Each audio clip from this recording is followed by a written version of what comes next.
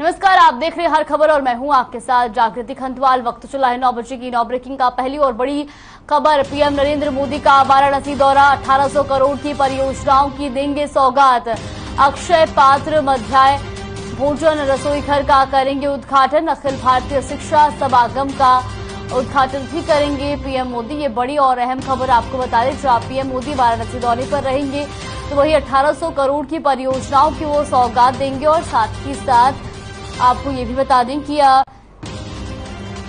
3 दिवसीय सम्मेलन अखिल भारतीय शिक्षा समागम का उद्घाटन पीएम करेंगे।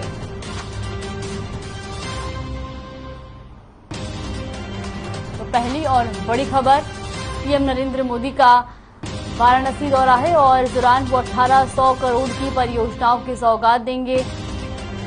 तो साथ ही आपको बता दें कि 3 दिवसीय सम्मेलन अखिल भारतीय शिक्षा समागम का उद्घाटन पीएम करेंगे। इसके अलावा अक्षय पात्र माध्यमन भोजन रसोई घर का उद्घाटन भी पीएम करेंगे।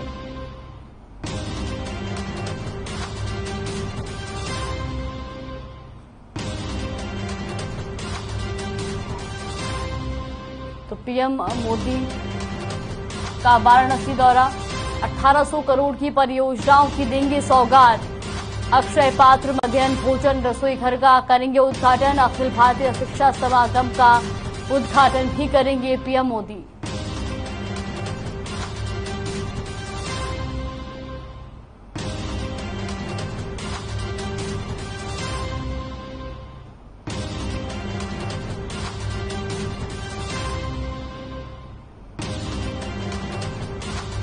पीएम मोदी वाराणसी दौरे पर रहेंगे और जहां पीएम 1800 करोड़ की परियोजनाओं की सौगात देंगे तो वहीं 3 दिवसीय सम्मेलन अखिल भारतीय शिक्षा समागम का उद्घाटन भी पीएम करेंगे।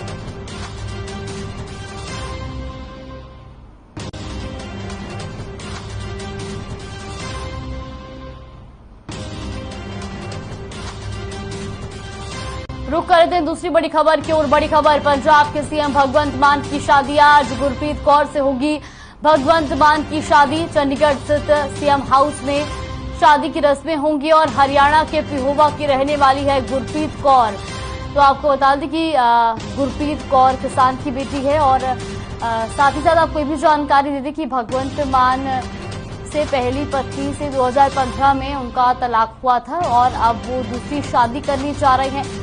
तो आपको बता दें कि पिहोवा की गुरप्रीत कौर से भगवंत मान की आज शादी होगी। तो सीएम भगवंत मान आज हरियाणा की गुरप्रीत कौर से शादी करेंगे। तो वहीं दिल्ली के सीएम केजरीवाल भी इस शादी में शामिल होंगे और चंडीगढ़ में आपको बता दें कि सीएम हाउस में शादी की रस्में की जाएंगी। तो गुरप्रीत कौर से होगी भगवंत मान की शादी। चंडीगढ़ स्थित सीएम हाउस में शादी की रस्में पूरी की जाएंगी और साथ ही साथ आपको ये बता दें कि गुरप्रीत कौर किसान की बेटी है और जो आज सीएम भगवंत मान से शादी के बंधन में बंधेंगी।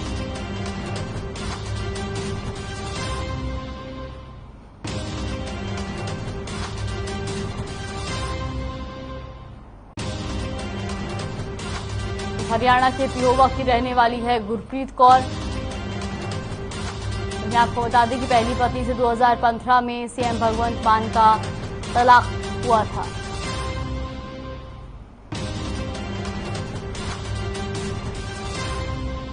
रुक करते तीसरी बड़ी खबर की ओर। बड़ी खबर कैथल से आ रही है। डिप्टी सीएम दुष्यंत चौटाला का बयान सामने आया है। उन्होंने एमएलए ईश्वर सिंह की नाराजगी पर बयान देते हुए कहा कि ईश्वर सिंह मेरे परिवार के बड़े हैं। वहीं उन्होंने कहा कि हम अपने आप ईश्वर सिंह को मना लेंगे। ये बड़ी खबर आपको बता दें, जहां डिप्टी सीएम दुष्यंत चौटाला ने कैथल से विधायक ईश्वर सिंह की नाराजगी पर बोलते हुए कहा कि ईश्वर सिंह मेरे परिवार के बड़े हैं और हम अपने आप उन्हें मना लेंगे।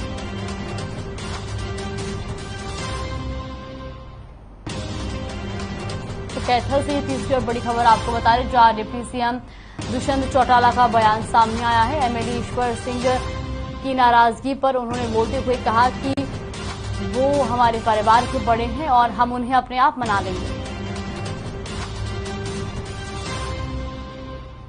रुक करते हैं चौथी बड़ी खबर की ओर। इंदौर में बीजेपी और कांग्रेस कार्यकर्ताओं में मारपीट, कांग्रेस कार्यकर्ताओं ने की तोड़फोड़। तो वहीं आपको बता दें कि बीजेपी के चुनाव कार्यालय में ये तोड़फोड़ की गई है और ये बड़ी खबर आपको बता रहे हैं, जहां पर बीजेपी के चुनाव कार्यालय में ये तोड़फोड़ की गई है। तो इंदौर में बीजेपी और कांग्रेस कार्यकर्ताओं में मारपीट हुई है। कांग्रेस कार्यकर्ताओं ने जमकर तोड़फोड़ भी की है। तो बीजेपी के चुनाव कार्यालय में ये तोड़फोड़ की गई है। ये इस वक्त की बड़ी और अहम खबर आपको बता रहे हैं, जहां इंदौर में बीजेपी और कांग्रेस कार्यकर्ताओं में मारपीट हुई है। तो कांग्रेस कार्यकर्ताओं ने फिलहाल वहां तोड़फोड़ भी की और आपको बता दें कि बीजेपी के चुनाव कार्यालय में ये तोड़फोड़ की गई है। और इंदौर से खबर आपको बता दें, जो इंदौर में बीजेपी और कांग्रेस के कार्यकर्ताओं में मारपीट हुई है।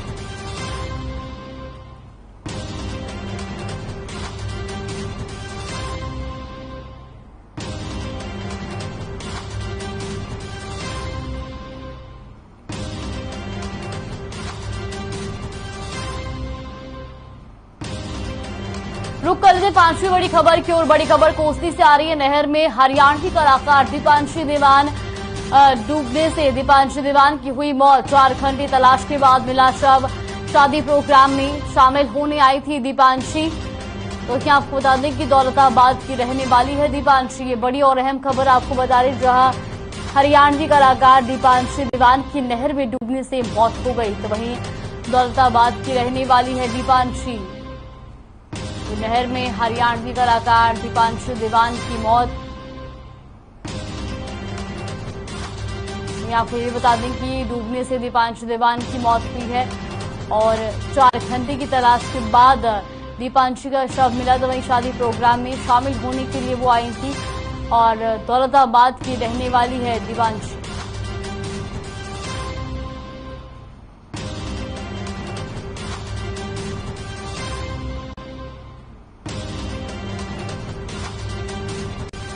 नहर में डूबने से हरियाणवी कलाकार दीपांशी दीवान की मौत हो गई। वहीं 4 घंटे की कड़ी मशक्कत के बाद शव को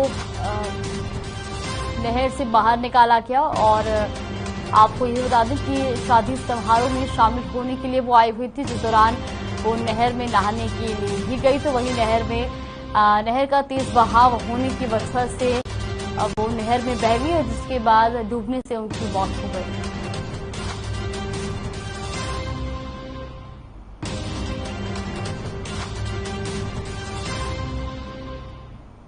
रुक करते छठी बड़ी खबर की ओर। यमुनानगर में इंसानियत हुई शर्मसार।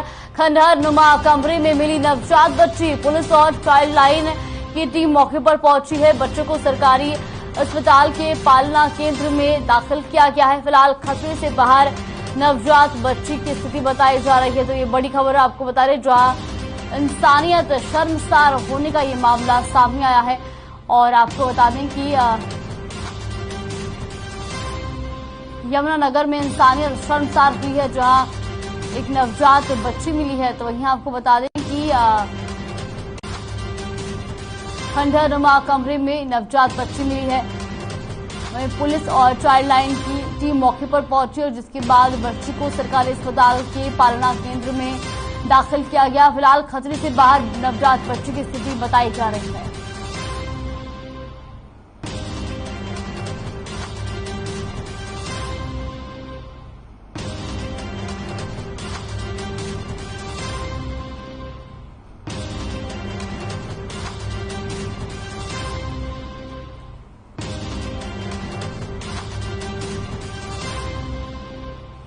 रुक करते साथ ही बड़ी खबर की ओर। बड़ी खबर कोरोना से जुड़ी। हरियाणा में कोरोना के 415 नए मामले सामने आए हैं। 498 लोगों ने कोरोना को मात दी है, जिसके बाद 24 घंटे में कोरोना से एक व्यक्ति की मौत हुई है। तो वहीं गुरुग्राम में सबसे ज्यादा 193 नए मामले सामने आए हैं। फरीदाबाद में 57, तो हिसार में भी 9 संक्रमित मिले हैं। इसके अलावा पंचकुला में 40, तो रोहतक में 3 कोरोना संक्रमितों की पुष्टि हुई है। और प्रदेश में कोरोना के 1932 केस एक्टिव हैं।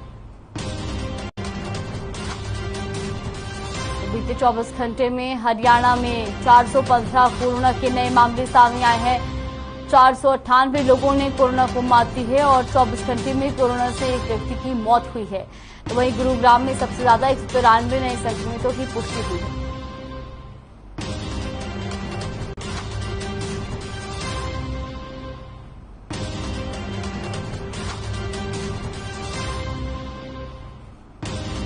रुक कर थे 8वीं बड़ी खबर की ओर। बड़ी खबर लखनऊ से। एमएलए पल्लवी पटेल की अचानक बिगड़ी तबीयत। पल्लवी को मेदांता अस्पताल में कराया गया भर्ती। बड़ी खबर आपको बता रहे जहां मेदांता के आईसीयू वार्ड में पल्लवी पटेल को रखा गया है। तो वही बुधवार को अपने आवास पर वो बेहोश हो गई थी, जिसके बाद उनको अस्पताल में भर्ती कराया गया। तो पल्लवी को ब्रेन हैमरेज की शिकायत बताई जा रही थी और बुधवार को अपने कमरे में वो बेहोश हुई थी, जिसके बाद उनको अस्पताल में भर्ती कराया गया है। तो एमएलए पल्लवी पटेल की अचानक तबीयत बिगड़ी है और ये लखनऊ से बड़ी और अहम खबर आपको बता रहे जहां एमएलए पल्लवी पटेल की अचानक तबीयत बिगड़ने के बाद मेदांता अस्पताल में उनको भर्ती कराया गया है। तो वहीं मेदांता के आईसीयू वार्ड में पल्लवी पटेल को रखा गया है और बुधवार को अपने आवास पर वो बेहोश हो गई थी, जिसके बाद पल्लवी को अस्पताल में भर्ती कराया गया। तो पल्लवी को ब्रेन हैमरेज की शिकायत बताई जा रही है।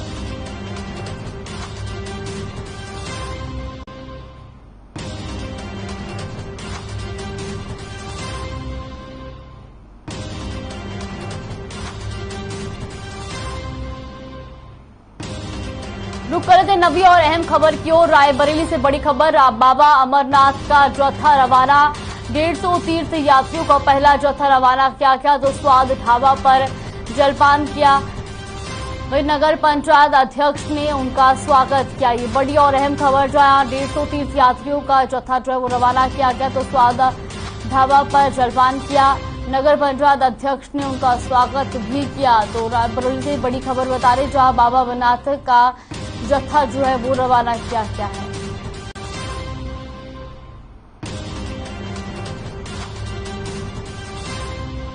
डेढ़ सौ तीर्थ यात्रियों का पहला जत्था रवाना हो चुका है और स्वाद ढाबा पर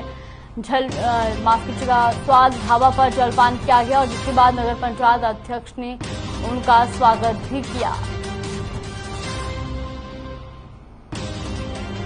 चरखी दादरी की नई अनाज मंडी में 8 जुलाई को रैली का आयोजन किया जा रहा है, जिसमें सीएम मनोहर लाल, राज्यसभा सांसद कार्तिकी शर्मा, राज्यसभा सांसद कृष्णलाल पंवार सहित कई मंत्री और विधायक शिरकत करेंगे। तो वहीं विधायक सोमवीर सांगवान, जिला उपायुक्त श्यामलाल पूनिया और पुलिस अधीक्षक दीपक गहलावत ने रैली स्थल का निरीक्षण किया और रैली की तैयारियों को लेकर अधिकारियों को उचित दिशा निर्देश दिए।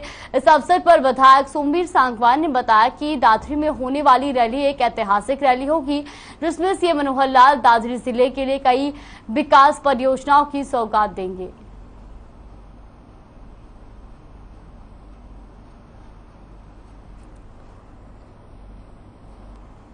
मुख्यमंत्री महोदय जी 8 तारीख को 10 बजे से विकास रैली प्रस्तावित है दादरी में, उसको लेके सभी तैयारियां अपने चरम पर हैं। तो कल शाम तक सभी चीज़ें इन प्लेस होंगी, चाहे वो पार्किंग को लेकर हो, सीटिंग अरेंजमेंट हो या फिर जो भी बरसात को देखते हुए पंडाल की व्यवस्था हो। तो रही बात उद्घाटन और फाउंडेशन स्टोन की, तो जो प्रोजेक्ट की लिस्ट आज शाम तक फाइनल होकर आ जाएगी, वो आपके साथ साझा कर दूँगा। लगभग 15 के आसपास टोटल प्रोजेक्ट होंगे जो फाउंडेशन और इनोग्रेशन में प्रपोज। जालौन में आकाशीय बिजली गिरने से नाबालिग समेत 2 लोगों की मौके पर ही मौत हो गई, जिससे गांव में कोहराम मच गया। वहीं आकाशीय बिजली गिरने से 5 बकरियों की भी मौत हो गई। वहीं ग्रामीण ने कैलिया पुलिस को सूचना दी, जिसके बाद थाना अध्यक्ष अखिलेश कुमार द्विवेदी सहित पुलिस की टीम मौके पर पहुंची और शव को कब्जे में ले लिया गया। तो जालौन से खबर आपको बता रहे हैं जहां बिजली गिरने से 3 लोगों की मौत हो गई। तो वहीं आकाशीय बिजली गिरने से ये मौतें हुई हैं और जिसके बाद बिजली की चपेट में आई 5 बकरियां। तो वहीं पुलिस ने कब्जे में इन सभी शव को ले लिया है और ये घटना जालौन की बताई जा रही है।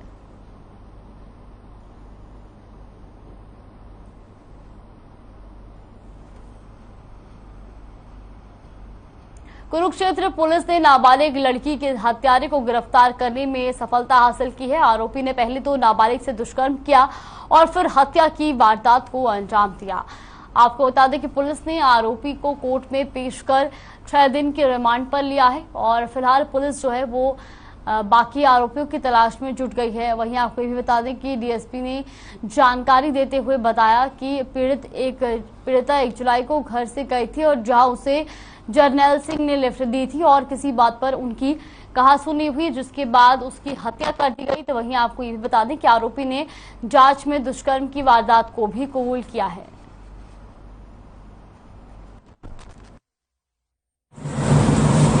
सर, पहली तारीख रात 10:30 बजे के करीब एक लड़का आया, उसके साथ और भी थे। दिन में इन्होंने शाम तक 5 आदमियों ने दारू पी। दारू पीने के बाद इन्होंने प्लानिंग बनाई। प्लानिंग के तहत वो लड़की को वहां से उठा के ले गए। 1 तारीख को रात को करीब 10 और 11 के बीच में ये अपने घर से चली गई और रास्ते में आगे एक जर्नैल सिंह था, वो इसको लिफ्ट दे के आगे ले गया। रास्ते में इनकी किसी बात को लेकर क्या सुनी हो गई और घर को जैसे पता लगा तो उसने डर के मारे इसका गला घोट करके और मार करके जनसुई हेड में फेंक दिया।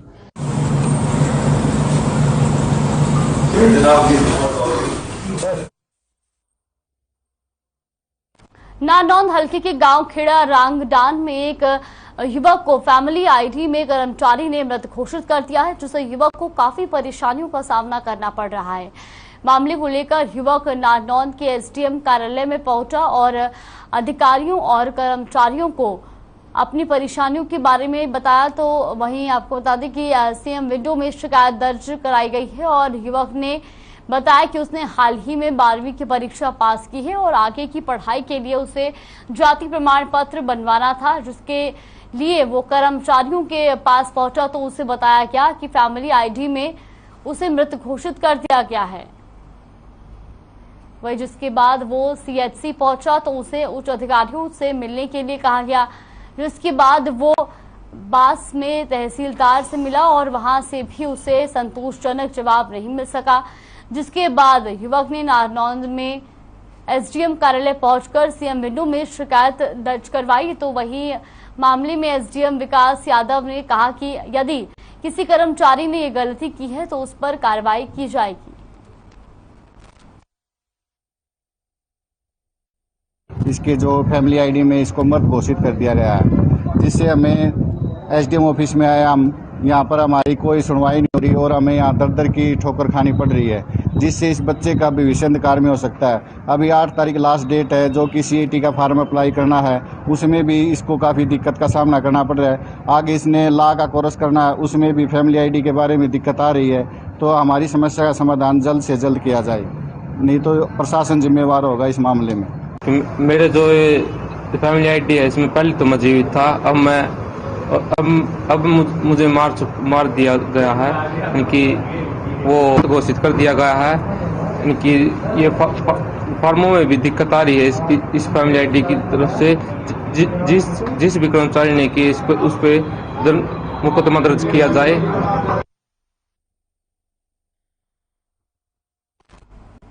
फतेहाबाद में वाहन चोरों की धरपकड़ को लेकर पुलिस को बड़ी कामयाबी हाथ लगी है। आपको बता दें कि फतेहाबाद रतिया रोड पर फ्लाईओवर के पास नाकाबंदी के दौरान एक युवक को चोरी के साथ बाइक के साथ गिरफ्तार किया गया है। तो वहीं पूरे मामले पर जानकारी देते हुए डीएसपी सुभाष चंद्र ने बताया कि पकड़ा गया युवक नशे का आदी है और इसी के चलते वो वाहन चोरी की वारदातों को अंजाम देता था। आरोपी को बुधवार को अदालत में पेश कर न्यायिक हिरासत में लेकर हिसार जेल भेजा गया है। जिला की एंटी व्हीकल थेफ्ट टीम है, वो कल जो है रतिया रोड पर फ्लाईओवर के पास व्हीकल की चेकिंग करी थी। तो उन्होंने एक मोटरसाइकिल सवार को रुकवाया और उससे कागजात मांगे, तो वो कोई संतोषजनक जवाब नहीं दिया गया उससे। और गहन पूछताछ पर पता लगा कि उसके पास जो मोटरसाइकिल था वो चोरी का मोटरसाइकिल था और उस व्यक्ति का नाम मनप्रीत सिंह उर्फ उजागर सिंह गाँव गुंदरवास का रहने वाला है।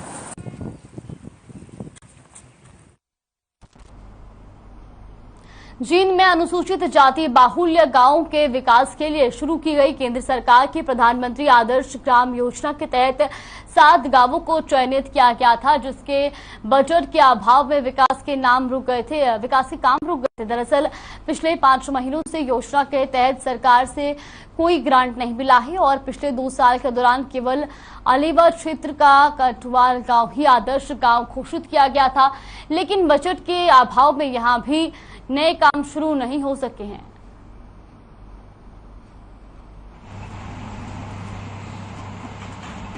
योजना के तहत जिला जींद के अंदर 7 गांव चयनित किए गए हैं, जो विभिन्न खंडों से हैं, जैसे अड़ेवा से है कटवाल, मांडी खुर्द है पिलुखेड़ा से, कालता उचाना से और खेड़ी तलोडा जींद से, डिंडोली उजाना से, बादरपुर सफेदों से और सुरजाखेड़ा नरवाना से हैं। ये वो गांव चयनित किए गए जिसमें 50% से ऊपर एससी पॉपुलेशन है। तो इसके बारे में बताना चाहूँगा कि इन प्रत्येक गांव के लिए 10-10 लाख रुपए आए थे, 70 लाख रुपए प्राप्त हुए थे जिला जींद के अंदर, जिसमें से 69.98 लाख रुपए खर्च किए जा चुके हैं। सर, फर्स्ट वाले रतिया में एक बार फिर से हर खबर की खबर का असर हुआ है। दरअसल पिछले 1 साल से रतिया की मॉडल टाउन वासी सीवरेज ओवरफ्लो की समस्या से जूझ रहे हैं। तो वहीं आपको बता दें कि जिसे लेकर लोगों ने कई बार प्रशासन से और शासन तक से गुहार लगाई, लेकिन सीवरेज की ओवरफ्लो समस्या का समाधान नहीं हो रहा था। वहीं हर खबर ने मॉडल टाउन वासियों की सीवरेज ओवरफ्लो की समस्या के मुद्दे को प्रमुखता से उठाया था, जिसके बाद मौके पर पहुंचे एसडीएम ने नगर पालिका को समस्या के समाधान के निर्देश दिए और सीवरेज साफ कराने के लिए मशीनें मंगवाई। तो वहीं मॉडल टाउन वासियों ने हर खबर का आभार भी जताया है।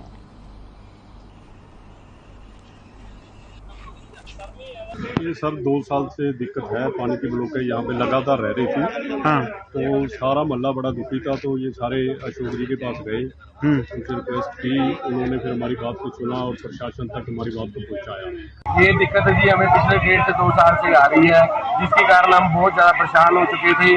जब आपने ये न्यूज लाइव करके दिखाई, उसके बाद ही कोई प्रशासन ने हमारी सुनवाई की, जो कि एसडीएम साहब भी आए। कल सुबह एसडीएम साहब भी अपना मुआयना करके गए हैं, अब चेयरमैन साहब भी आए हुए हैं, मुआयना कर रहे हैं। हम उन्हें अपनी सारी बात समझा रहे हैं, भी इस समस्या का समाधान जल्द से जल्द किया जाए। सब लोग इकट्ठे हो गए, एसडीएम हुडा के पास, एसडीएम के पास कई जगह घेरे, लेकिन हमारी किसी ने बात नहीं सुनी।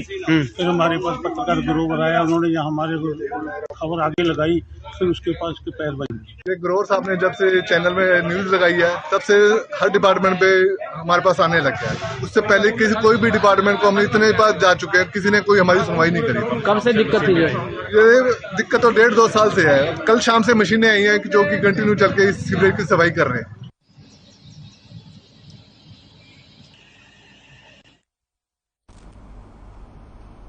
बुलेटिन में फिलहाल के लिए बस इतना ही। आप देखते रहिए हर खबर।